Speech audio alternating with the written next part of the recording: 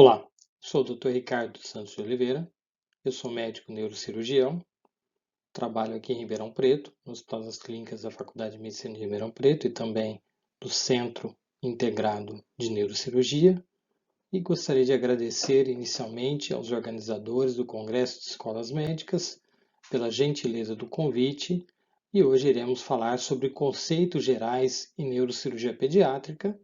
Ao final desta apresentação, deixarei os nossos contatos. Se houver alguma dúvida, algum comentário, estarei à disposição para responder todos os questionamentos. Agradeço e vamos agora prosseguir com a aula. Obrigado. A aula será inicialmente alguns aspectos que nós falaremos sobre o sistema nervoso, em seguida alguns conceitos básicos em neurocirurgia pediátrica, bem como a principal atividade, algumas doenças específicas em neurocirurgia pediátrica. Falaremos também alguns aspectos sobre os traumatismos raquimedulares e também crânioencefálicos, bem como mecanismos e as prevenções que nós podemos ter nesse tipo de trauma. Em relação ao sistema nervoso, nós podemos subdividi-los em sistema nervoso central e periférico. O sistema nervoso central, por sua vez, pode ser subdividido em dois compartimentos: o compartimento supratentorial, onde nós temos o encéfalo, e o compartimento infratentorial, onde nós teremos o tronco encefálico e o cerebelo. A medula espinhal, que é parte do sistema nervoso central, está contida dentro do canal vertebral. A neurocirurgia pediátrica é uma sub-área dentro da neurocirurgia que atende diversos tipos de doenças, tanto acometendo o sistema nervoso central, como também o periférico. Neste livro, publicado em 2009 por nós, falamos vários aspectos sobre algumas doenças em neurocirurgia pediátrica, bem como a forma de conduzir o tratamento e o resultado em cada uma delas. Recomendo a leitura para aqueles que se interessarem pelo tema.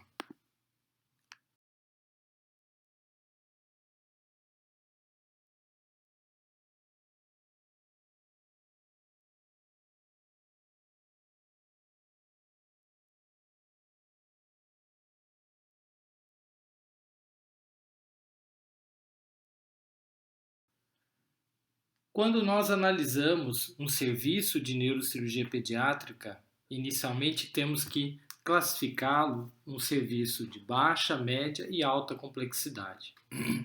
Quando nós temos um serviço em que há um número superior a pelo menos 200 neurocirurgias pediátricas por ano, como por exemplo o Hospital das Clínicas de Ribeirão Preto, nós teremos diversos tipos de doenças diferentes, como as neoplasias intracranianas, as cirurgias craniofaciais, raquimedulares e a hidrocefalia. Neste serviço, a hidrocefalia corresponde a cerca de 30% dos casos operados. Quando avaliamos serviços de baixa ou média complexidade, esse número relacionado ao tratamento da hidrocefalia pode atingir cifras em torno de 50%.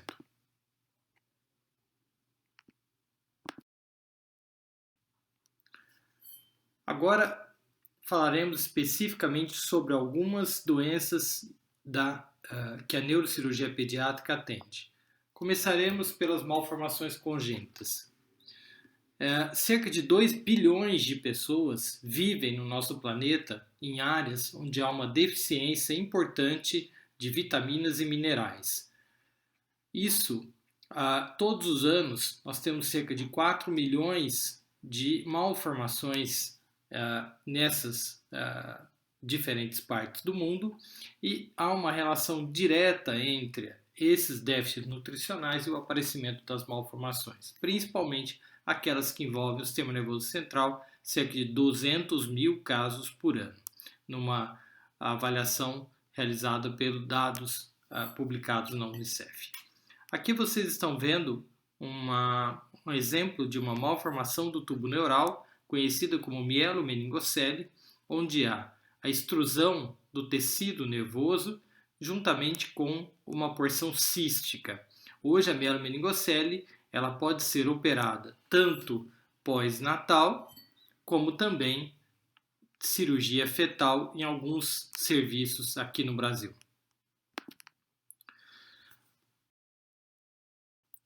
Um outro exemplo de malformação congênita são as encefaloceles, que podem ocorrer em qualquer parte da caixa craniana.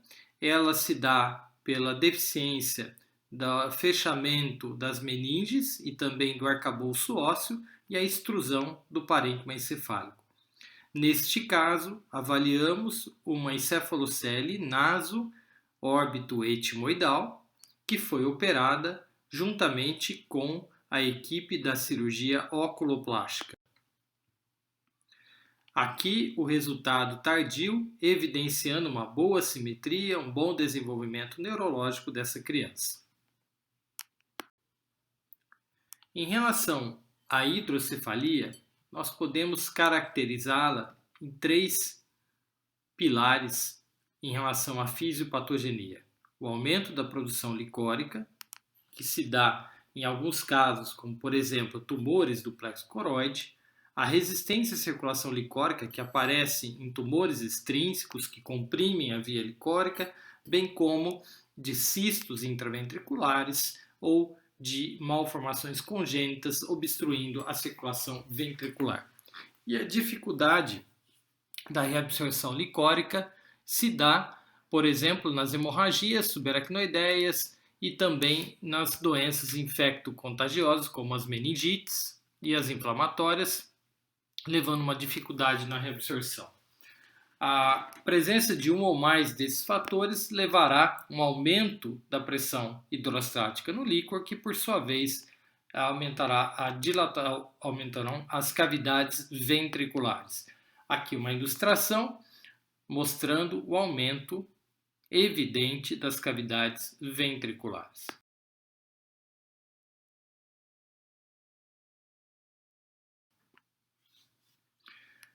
Nesse vídeo ilustrativo, vamos relembrar alguns aspectos da anatomia das cavidades ventriculares e também do aparecimento da hidrocefalia e da forma que nós podemos tratar os pacientes com dilatações ventriculares.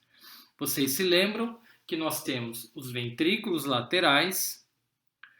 Os ventrículos laterais, eles se comunicam com a cavidade do terceiro ventrículo através dos forames interventriculares, ou forame de Monro.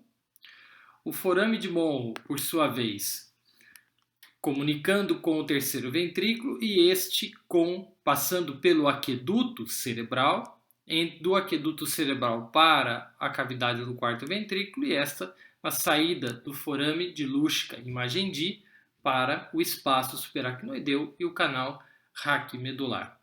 Lembrando também que no interior das cavidades ventriculares nós teremos o plexo coroide, que produz o líquor, e as células ependimárias, que também tem esta função.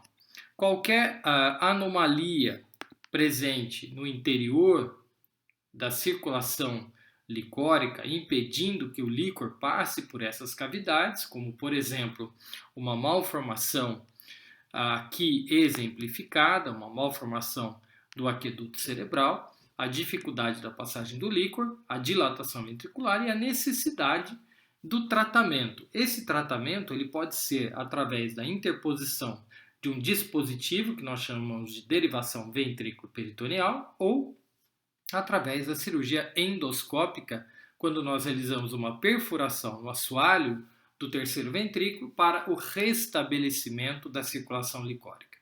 Neste exemplo, quando existe a colocação de uma válvula, algumas complicações podem ocorrer, como por exemplo complicações infecciosas ou complicações mecânicas, e aqui vamos exemplificar uma complicação mecânica que é quando o plexo coroide ele entra nessas pequenas perfurações no catéter ventricular, levando uma obstrução e, consequentemente, para o funcionamento dessa válvula, o aumento da dilatação ventricular e a necessidade de uma revisão com troca do sistema de derivação.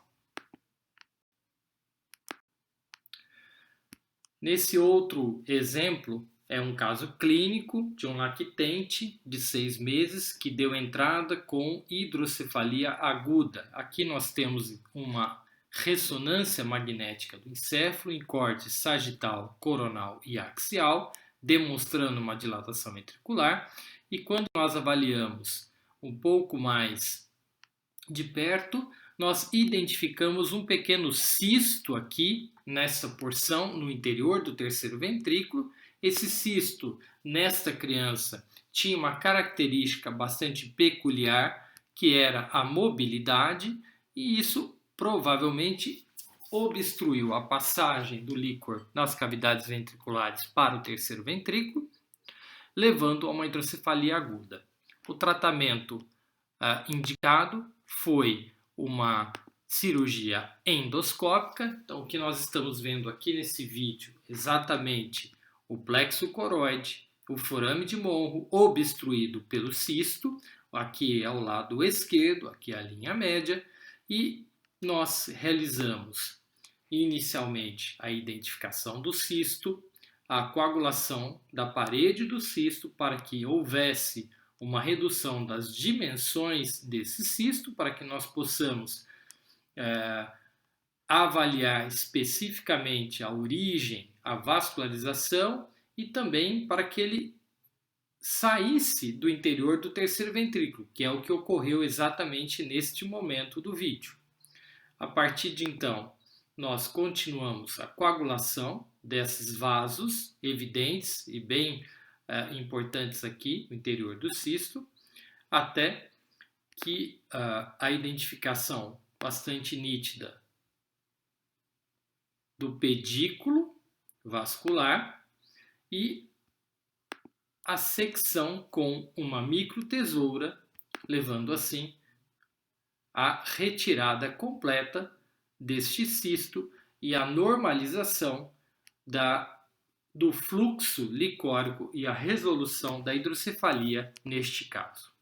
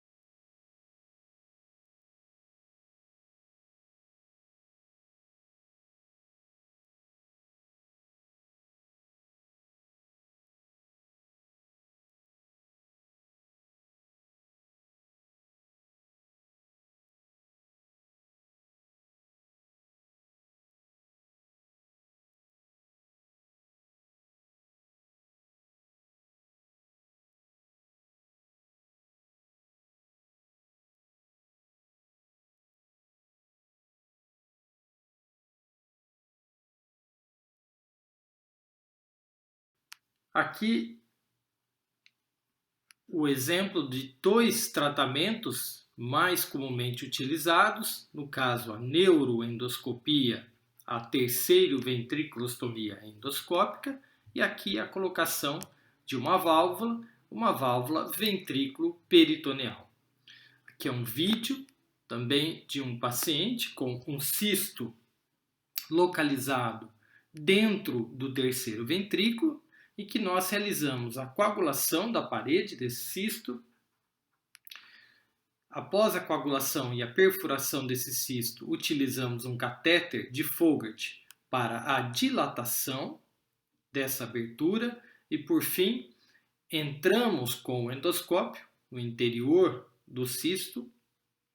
Assim, nós realizamos o primeiro passo, que é a comunicação do ventrículo com o cisto, e posteriormente, uma vez dentro do interior do cisto, nós realizamos a segunda parte da cirurgia, que é a perfuração junto ao assoalho do terceiro ventrículo, então fazendo toda uma comunicação ventrículo-cisto-cisternal. Assim, a circulação licórica ela foi restabelecida neste caso.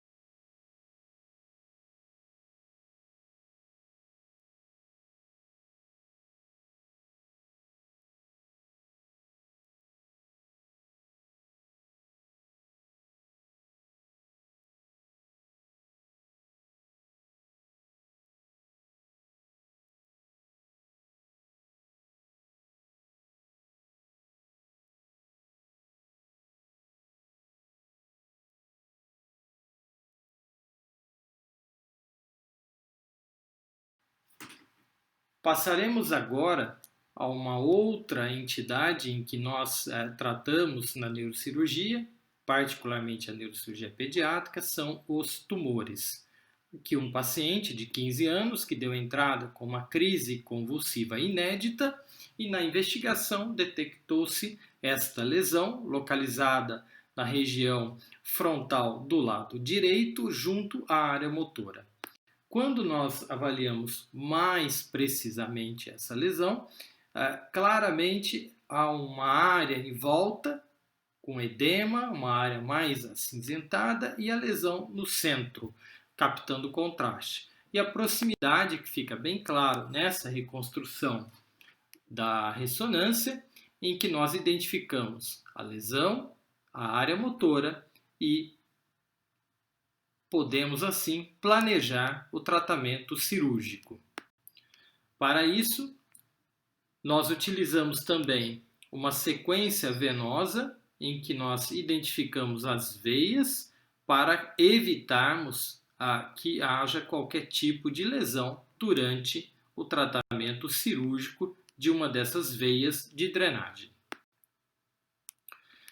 Assim, nós planejamos com a neuronavegação chegarmos até esta lesão passando por esse sulco entre os giros frontais.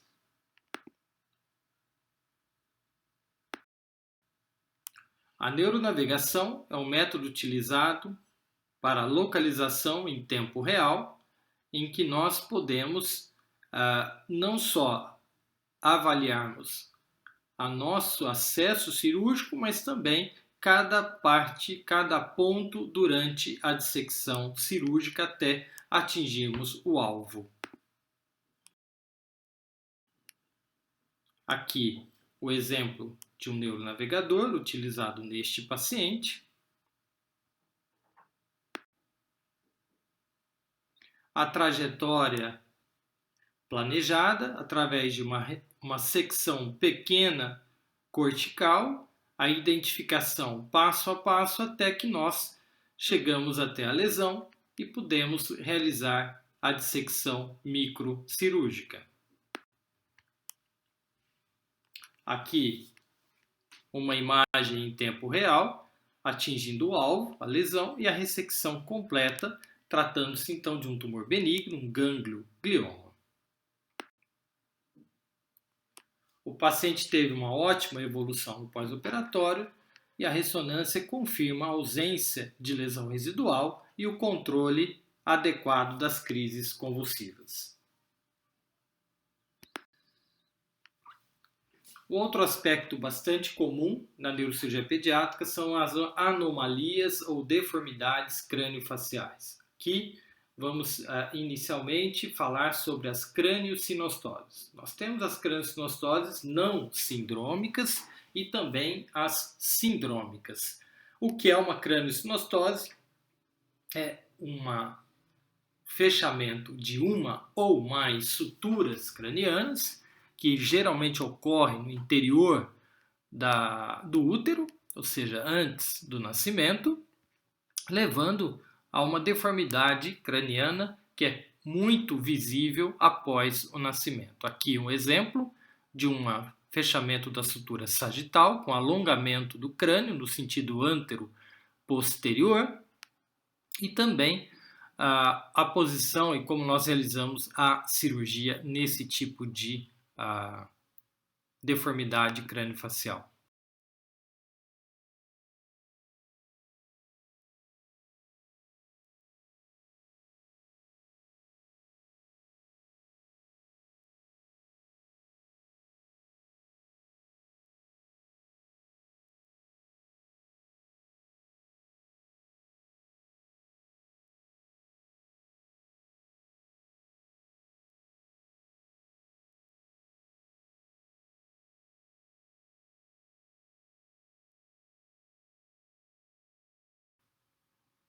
Um outro exemplo de uma criança com outro tipo de craniosinostose, que é a plagiocefalia, que é o fechamento da sutura coronal, levando então uma deformidade bastante interessante e complexa no segmento craniano e nasofacial, uma verdadeira escoliose frontofacial.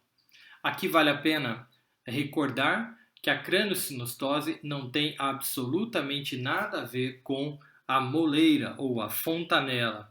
A fontanela não exerce nenhum tipo de atuação ou de atividade no crescimento do crânio. A fontanela, ela serve para que o feto possa acomodar os ossos do crânio e ter a passagem no canal do parto. Não há nenhuma correlação entre a fontanela, o fechamento da fontanela, com crâniosinostose.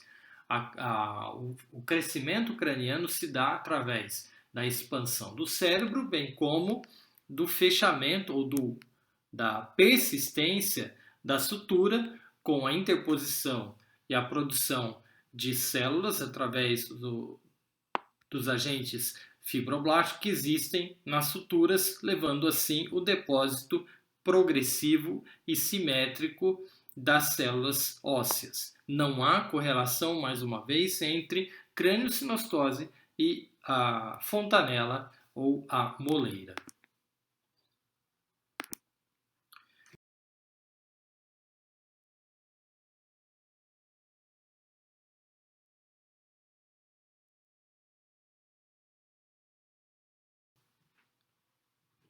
Neste outro caso, um exemplo de uma crâniosinostose sindrômica, aqui nós temos então uma criança com uma síndrome de Cruzon e o pilar desse tipo de alteração corresponde à hipertensão intracraniana, que vocês podem ver nessa tomografia, a ausência das suturas cranianas, ou seja, um fechamento precoce e uma redução significativa com um aumento da pressão intracraniana.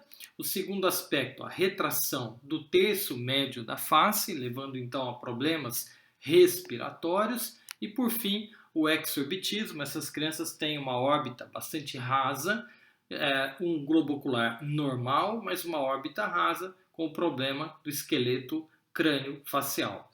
Essa tríade, ou seja, hipertensão intracraniana, alteração respiratória por retração do terço médio e o exorbitido são bastante características das crâniosinostoses sindrômicas. O tratamento se dá através de uma equipe multidisciplinar e a colocação, após a realização das osteotomias complexas crânio-faciais, num avanço do terço médio e a interposição de um aparelho chamado distrator, que vai levar progressivamente um avanço do segmento crânio-facial, tratando assim a hipertensão intracraniana, o exorbitismo e também a retração do terço médio, melhorando as condições respiratórias nesses pacientes.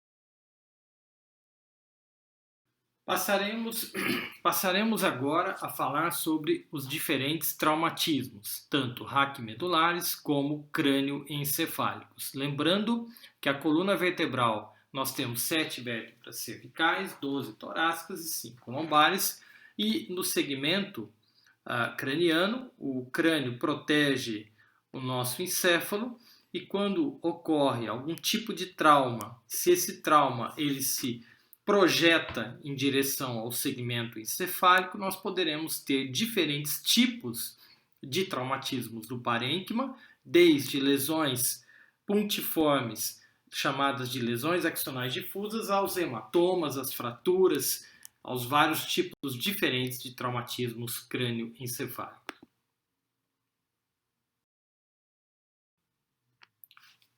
Neste vídeo, que passaremos agora, falaremos um pouco sobre a lesão axonal difusa, que ocorre quando existe a aceleração e desaceleração súbita e o paciente pode ter uma perda de consciência, que pode ser, em alguns casos, momentânea e outras persistente, de acordo com a gravidade da lesão. Vejam, esse é um vídeo em inglês, mas bastante didático e bastante esclarecedor. Por favor, vamos acompanhar.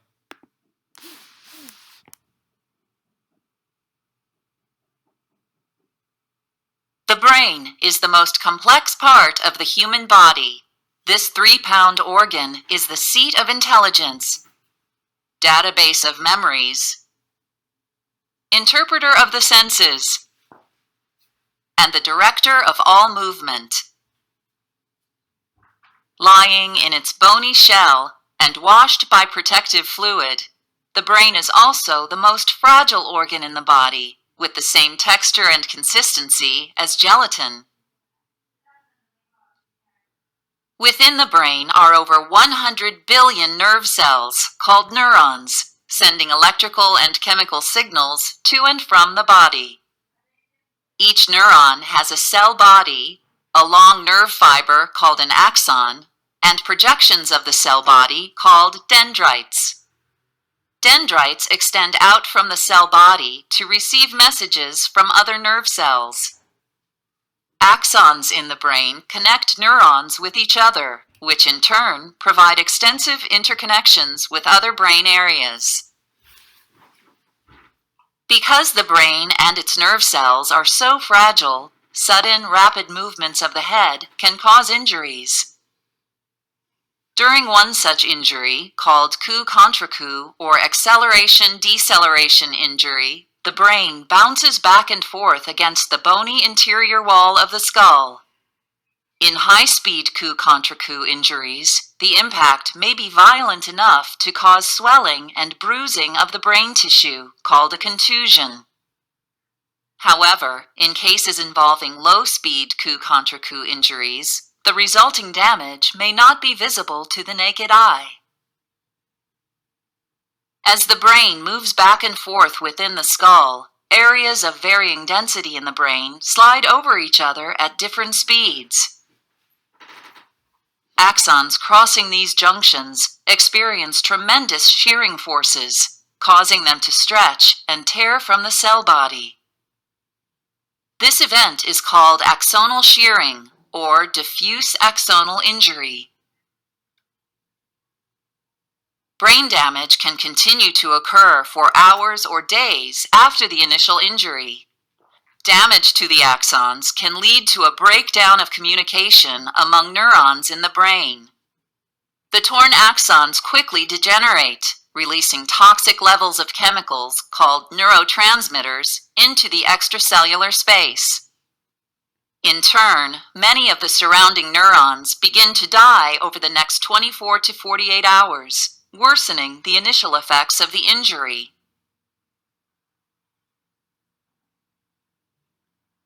Mild to moderate cases of diffuse axonal injury, or DAI, may result in symptoms such as brief loss of consciousness, impaired long-term memory, reduced problem-solving ability, lower social inhibition, and problems with attention and perception.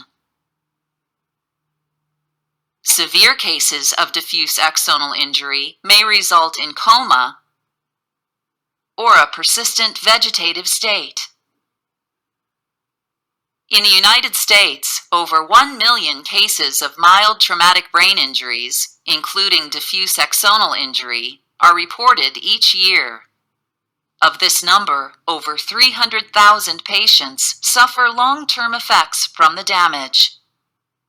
Computed tomography, or CT, and magnetic resonance imaging, or MRI, are tests that can be performed to check for mild traumatic brain injury. The results of these tests usually show a normal reading.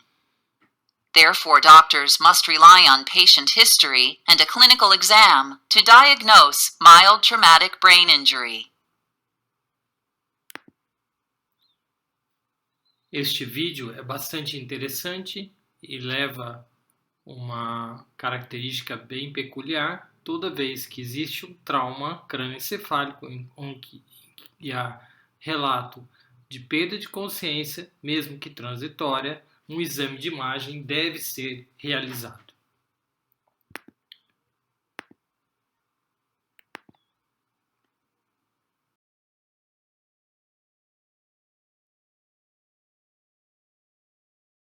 The brain is the most complex part of the human body. This 3-pound organ is the seat of intelligence, database of memories, interpreter of the senses, and the director of all movement.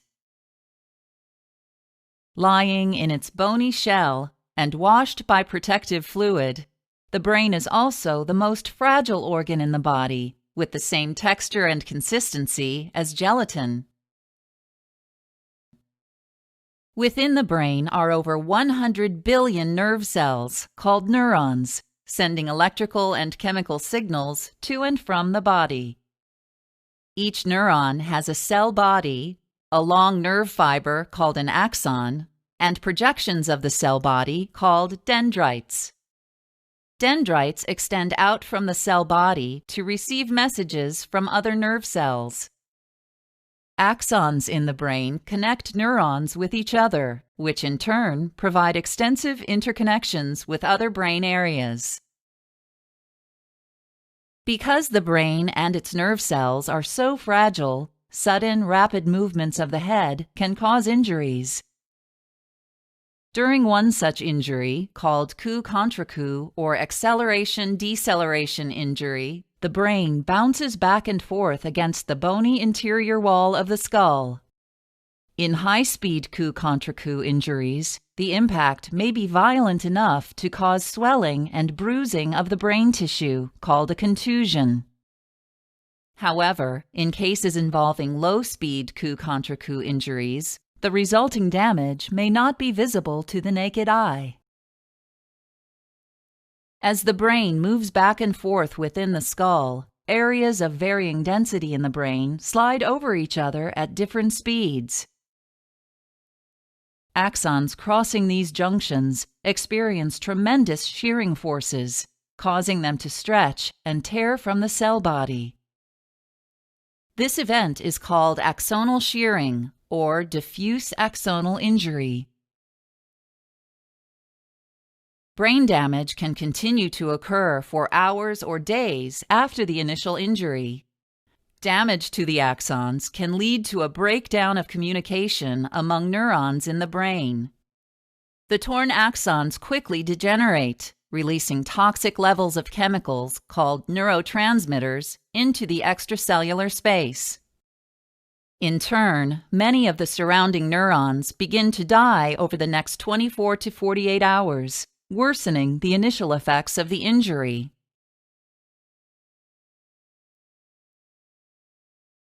Mild to moderate cases of diffuse axonal injury, or DAI, may result in symptoms such as brief loss of consciousness, impaired long-term memory, reduced problem-solving ability, lower social inhibition, and problems with attention and perception. Severe cases of diffuse axonal injury may result in coma or a persistent vegetative state. In the United States, over 1 million cases of mild traumatic brain injuries, including diffuse axonal injury, are reported each year. Of this number, over 300,000 patients suffer long-term effects from the damage.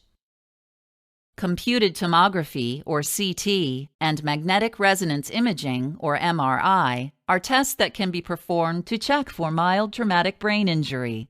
The results of these tests usually show a normal reading. Therefore, doctors must rely on patient history and a clinical exam to diagnose mild traumatic brain injury.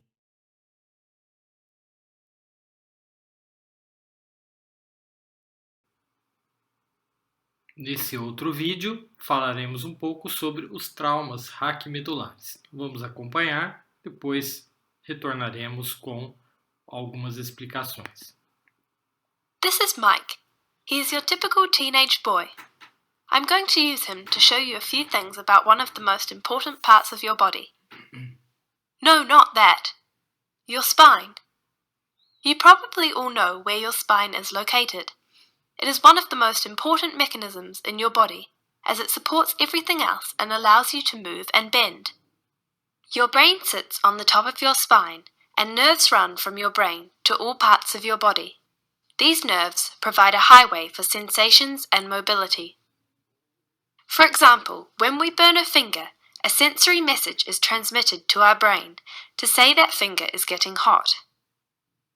Once the brain receives that sensory message, it quickly sends an impulse to the muscles of the arm to tell them to move that finger away. If there were no nerves in our arm, we would not feel the pain. We would have to rely on our eyes to see the fire, or our nose to smell the fire.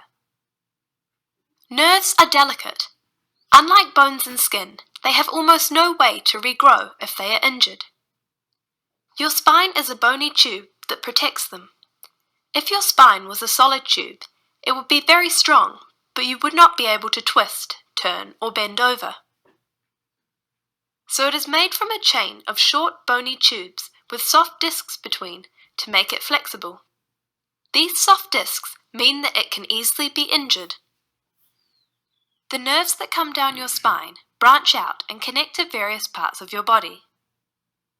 Nerves that come out from here control your bowel and bladder activity, and your foot motion and knee flexion. So damage to these nerves would mean that these functions would be uncontrollable. These nerves control your hip motion, your trunk stability, and your temperature regulation.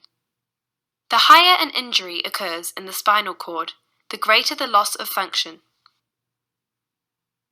These nerves control your finger, hand, wrist, and elbow movement. Nerves that come out from here control your neck and shoulder movement, your breathing, and your heart rate. An injury at this site would result in loss of mobility and sensation to 90% of your body. Spinal cord injury has extremely serious consequences that will affect you for the rest of your life. Currently, there is no cure for spinal cord injury. In Australia, É importante, então, salientar que a nossa lesão, quando ocorre, quanto mais alta for a lesão, maior o tipo de lesão neurológica. Ou seja, quando nós temos uma lesão que ocorre na medula cervical ou torácica alta, em geral o paciente pode apresentar déficits graves como tetraplegia, que é a paralisia do movimento dos membros superiores e membros inferiores. Quando a lesão ocorre na coluna torácica baixa e lombar, geralmente teremos déficits caracterizados como paraplegia ou déficits pontuais nos membros inferiores. This is Mike. He is your typical teenage boy. I'm going to use him to show you a few things about one of the most important parts of your body. No, not that. Your spine. You probably all know where your spine is located. It is one of the most important mechanisms in your body, as it supports everything else and allows you to move and bend. Your brain sits on the top of your spine, and nerves run from your brain to all parts of your body. These nerves provide a highway for sensations and mobility. For example, when we burn a finger, a sensory message is transmitted to our brain to say that finger is getting hot. Once the brain receives that sensory message, it quickly sends an impulse to the muscles of the arm to tell them to move that finger away. If there were no nerves in our arm, we would not feel the pain. We would have to rely on our eyes to see the fire, or our nose to smell the fire. Nerves are delicate. Unlike bones and skin, they have almost no way to regrow if they are injured. Your spine is a bony tube that protects them. If your spine was a solid tube, it would be very strong, but you would not be able to twist, turn, or bend over. So it is made from a chain of short bony tubes with soft discs between to make it flexible. These soft discs mean that it can easily be injured. The nerves that come down your spine branch out and connect to various parts of your body. Nerves that come out from here control your bowel and bladder activity, and your foot motion and knee flexion. So damage to these nerves would mean that these functions would be uncontrollable. These nerves control your hip motion, your trunk stability, and your temperature regulation. The higher an injury occurs in the spinal cord, the greater the loss of function. These nerves control your finger, hand, wrist, and elbow movement. Nerves that come out from here control your neck and shoulder movement, your breathing, and your heart rate. An injury at this site would result in loss of mobility and sensation to 90% of your body. Spinal cord injury has extremely serious consequences that will affect you for the rest of your life. Currently, there is no cure for spinal cord injury. In Australia, each year, 400 young people have spinal injuries that give them a permanent disability.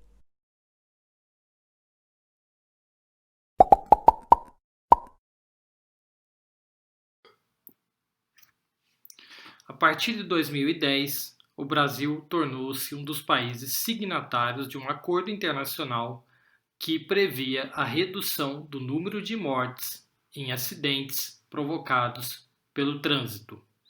A partir deste momento, as autoridades brasileiras tomaram algumas medidas e identificamos, através desta publicação, que houve uma redução. Nós tínhamos em torno de 40 a 45 mil óbitos por ano relacionados a acidentes. Hoje, as cifras tendem em torno de 30 mil óbitos por ano, ou seja, houve uma redução, mesmo que não tão significativa, mas estamos caminhando para progressivamente reduzir o número de mortalidade no trânsito. Se nada tivesse sido feito, nós teríamos hoje um patamar superior a 60 mil mortes por ano apenas relacionados a acidentes de trânsito. Em 1997 foi promulgado o Código de Trânsito Brasileiro. A partir daquele momento, houve uma redução significativa que perdurou durante pouco mais de 3 anos, para que, progressivamente, nós atingíssemos cifras maiores do que antes da instalação do código. Então, isso demonstra claramente que não apenas as leis devem existir, mas outras medidas são necessárias para o controle da mortalidade do trânsito.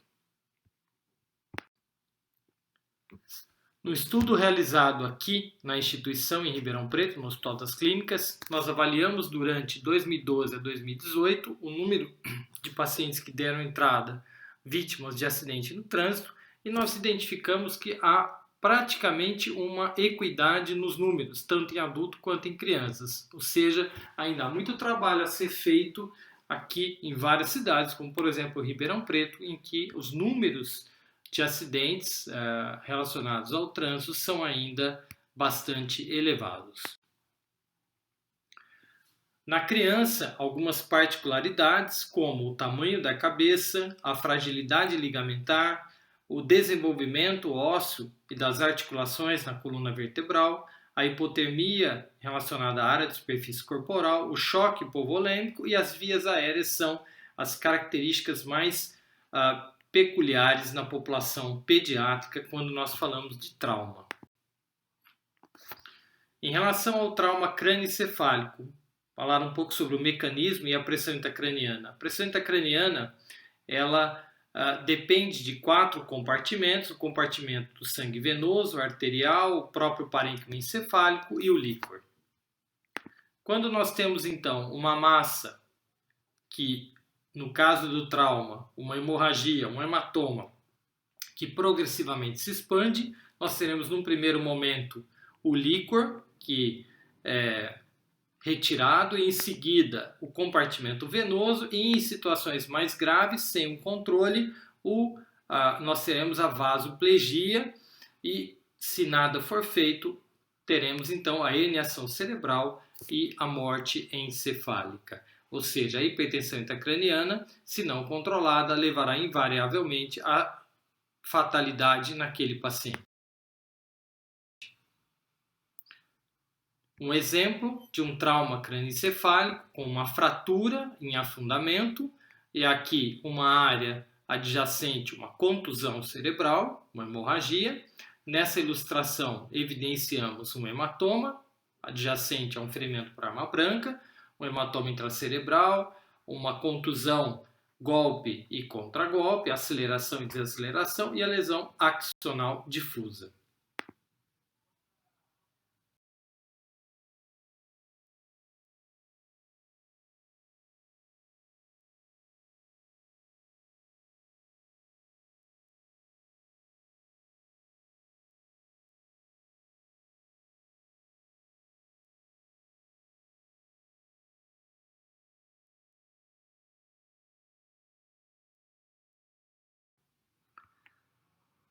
Um caso bastante interessante, um paciente vítima de capotamento que deu entrada com esta tomografia relativamente benigna, com uma pequena hemorragia nessa região temporal posterior e também frontal basal do lado esquerdo, caracterizando o mecanismo aqui de golpe contra golpe.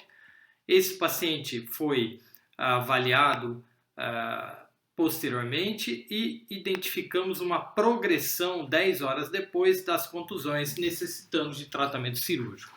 Então, a mensagem nesse caso é que pacientes que apresentam alterações radiológicas devem permanecer internados e devem ser reavaliados posteriormente com outra tomografia e com uma avaliação especializada, geralmente por um neurocirurgião.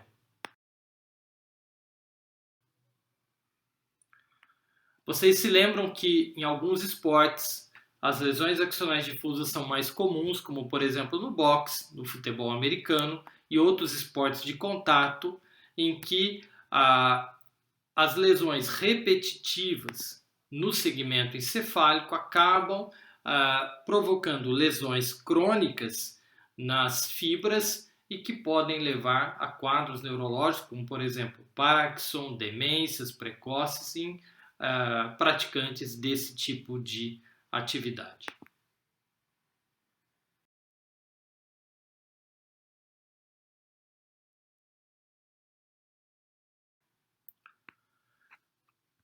Alguns exemplos dos hematomas intracranianos, como o hematoma extradural, onde o sangue ele é coletado entre a dura mater e o arcabouço ósseo, o subdural agudo, onde o sangue está geralmente a partir de uma lesão venosa ocorrendo na superfície cortical. Então você tem um hematoma entre o parênquima encefálico e a dura mater, com grande desvio da linha média, e aqui um ferimento por arma de fogo e um hematoma subdural adjacente.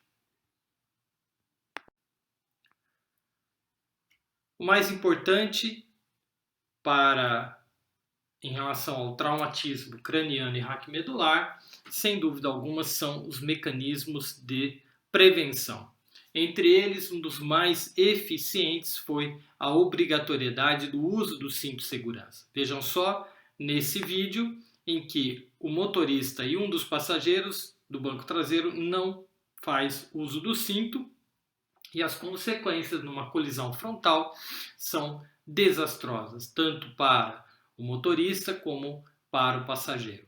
Que vale lembrar que a não utilização do cinto de segurança no banco traseiro é algo que não deve ser utilizado, porque numa eventual colisão você pode ter uma lesão, como também ser o alvo, ou causar lesões em outros ocupantes do veículo.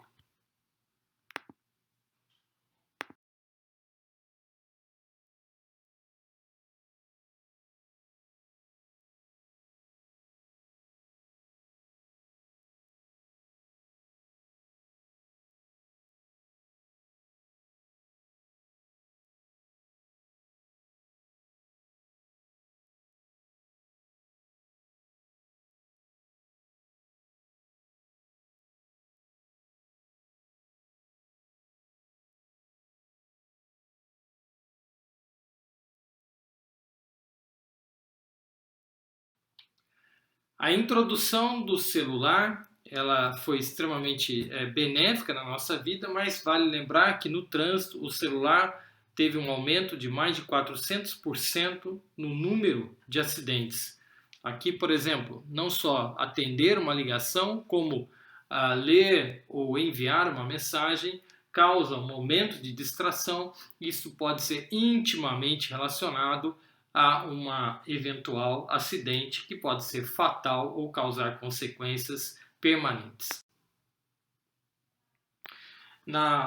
No ciclismo, como outros esportes, como patins, ciclismo, a obrigatoriedade dos equipamentos de segurança, principalmente do capacete, que deve ser colocado de forma a ocupar todo o segmento cefálico, não o tamanho deve ser muito bem ajustado para que não haja risco desse capacete sair no momento de um trauma e causar assim um traumatismo crânioencefálico grave.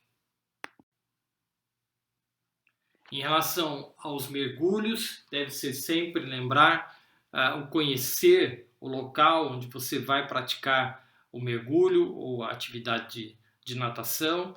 O não conhecimento do fundo implica em você não levar a saltos e em piscinas, conhecer a profundidade e evitar em piscinas rasas saltar com a cabeça, porque isso pode levar a uma fratura, um mecanismo de flexão e extensão da coluna vertebral, levando assim lesões permanentes da medula espinhal. A Sociedade Brasileira de Neurocirurgia Pediátrica tem um projeto chamado Projeto Se Liga no Cinto, em que nós vamos até as escolas, trabalhamos com os gestores e os professores no sentido de intensificar ou incluir no currículo escolar algumas atividades relacionadas à educação no trânsito para as crianças em fase de alfabetização. Para isso, nós geralmente temos uma parceria com estudantes ou mesmo com estudantes de medicina para que esse projeto possa ser levado a diferentes locais aqui no Brasil.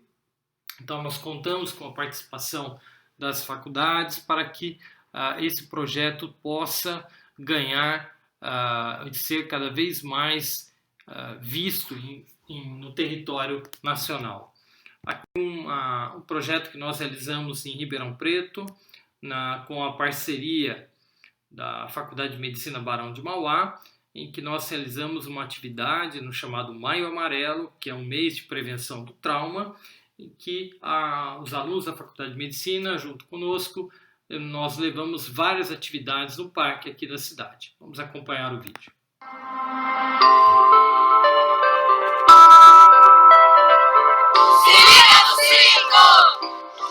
O projeto Se Liga no Cinto é um projeto inovador da Sociedade Brasileira de Neurocirurgia Pediátrica. O nosso objetivo é a conscientização e o trabalho nas escolas, levando o conhecimento junto às coordenações das escolas para que nós possamos trabalhar com as crianças, que serão os futuros condutores do nosso país.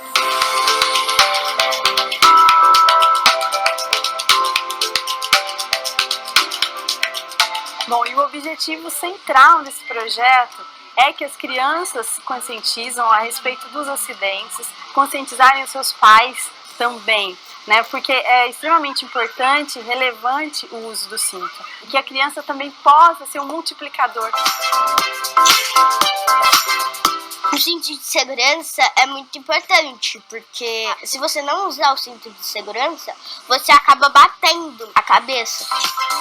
Falem para os seus pais, se você não tiver cadeirinha, arruma uma cadeirinha para você ficar seguro.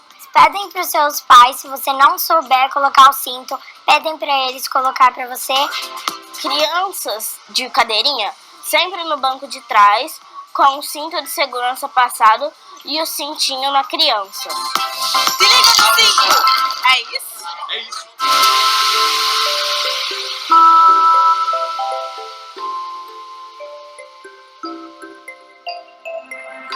Eu, como pai e como bombeiro, tenho a preocupação em poder manter meus filhos seguros dentro do carro. Então, meu filho, quando entra no carro, tá sempre de cinto, né, Arthur? Faz assim. Tamo junto, Maio Amarelo. Pessoal, nesse sentido aí, se ligue no cinto, se ligue nessa ideia, porque realmente faz toda a diferença.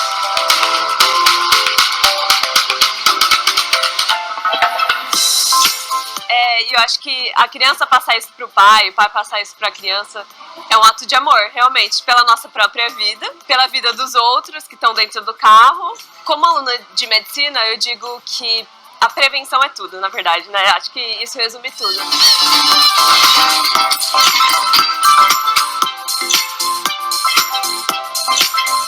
Então, essa iniciativa de fazer um projeto tão grandioso aqui no Parque Raia é importante para que as pessoas se conscientizem de um jeito bacana de que você pode fazer um trânsito melhor. Eu sempre falo isso na minha comunicação, depende de nós. E o mais importante é essa conscientização já vindo do berço. Então você conseguir fazer a cabeça de uma criança, que ela tem que entrar no carro e colocar o cinto, vai salvar muitas vidas mesmo.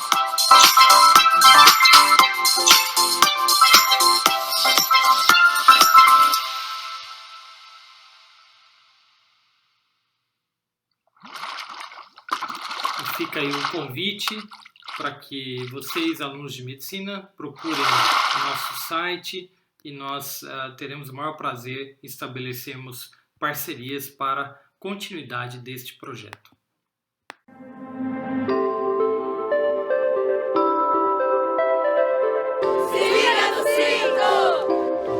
O projeto Se Liga no Cinto é um projeto inovador da Sociedade Brasileira de Neurocirurgia Pediátrica. O nosso objetivo é a conscientização e o trabalho nas escolas, levando o conhecimento junto às coordenações das escolas para que nós possamos trabalhar com as crianças, que serão os futuros condutores do nosso país.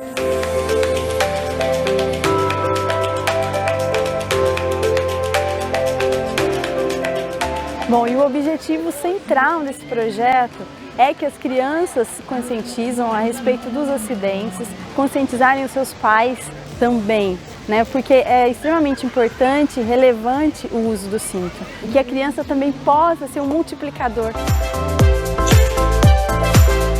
O cinto de segurança é muito importante, porque se você não usar o cinto de segurança, você acaba batendo a cabeça.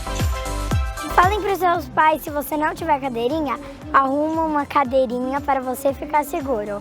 Pedem para os seus pais, se você não souber colocar o cinto, pedem para eles colocar para você. Crianças de cadeirinha, sempre no banco de trás, com o cinto de segurança passado e o cintinho na criança.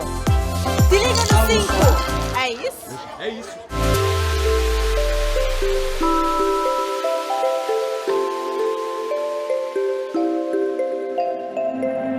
Eu, como pai e como bombeiro, tenho a preocupação em poder manter meus filhos seguros dentro do carro. Então, meu filho, quando entra no carro, tá sempre de cinto, né, Arthur? Faz assim.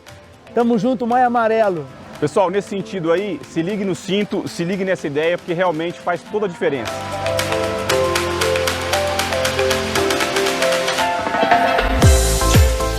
Eu acho que a criança passar isso pro pai, o pai passar isso pra criança, é um ato de amor, realmente, pela nossa própria vida, pela vida dos outros que estão dentro do carro. Como aluna de medicina, eu digo que a prevenção é tudo, na verdade, né? Acho que isso resume tudo.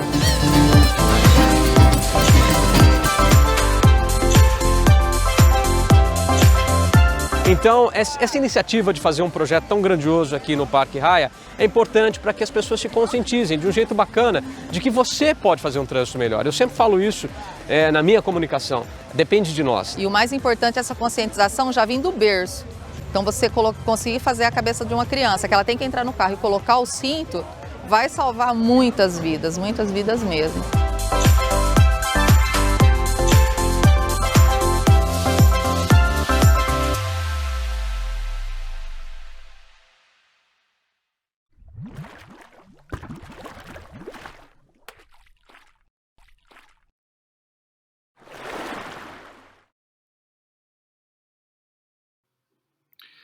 Em 2003, eu tive a satisfação de ouvir uma aula do professor Robin Humphreys, num curso europeu de neurocirurgia pediátrica, e o Dr. Humphreys ele esclareceu vários aspectos do ponto de vista dele como ser um neurocirurgião pediátrico.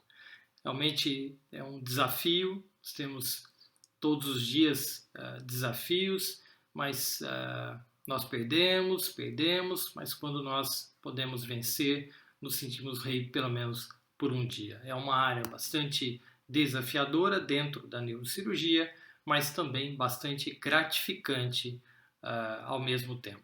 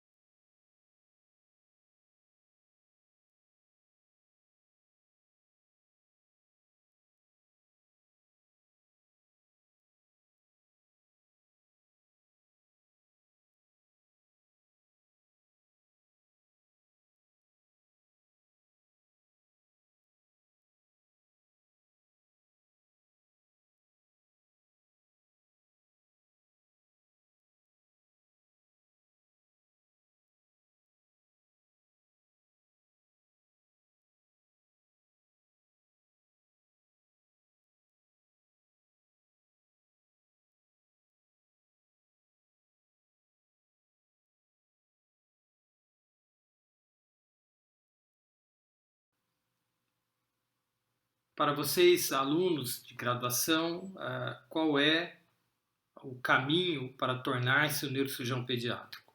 Inicialmente, ao finalizar a graduação, o ingresso hoje no Brasil deve ser feito através da neurocirurgia, um acesso direto. O programa de competência de neurocirurgia no Brasil, ele é distribuído ao longo de 5 anos, em que nós temos geralmente 6 meses de neurologia clínica e 4 anos e meio de neurocirurgia. Lembrar que a neurocirurgia é uma área bastante dependente do hospital e isso ocorre cada vez mais em função da tecnologia e da necessidade, da complexidade dos casos. Isso varia muito do local onde realizaremos a nossa atividade profissional. Para tornar-se um neurocirurgião pediátrico, nós recomendamos que, durante a residência,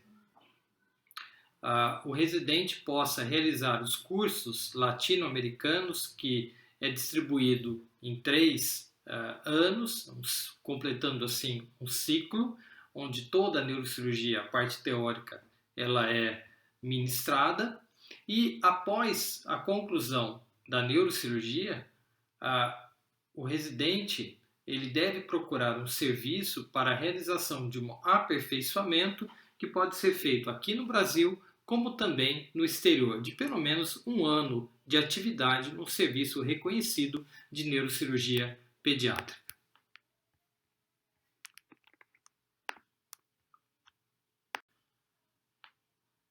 Gostaria de convidá-los para um simpósio que a Sociedade Brasileira de Neurocirurgia Pediátrica realizará no ano de 2021. O próximo simpósio será sobre hidrocefalia e Shands, na data do dia 20 de março. Eu convido a todos vocês a entrarem no nosso site e se inscreverem e participarem. Lá teremos maiores informações relacionadas a este simpósio. Deixo aqui os meus contatos e também o agradecimento à SESMED pelo convite. Qualquer dúvida, qualquer esclarecimento, estarei à disposição de vocês. Entre em contato conosco e teremos o maior prazer de responder a qualquer questionamento. Muito obrigado e tenham um excelente evento.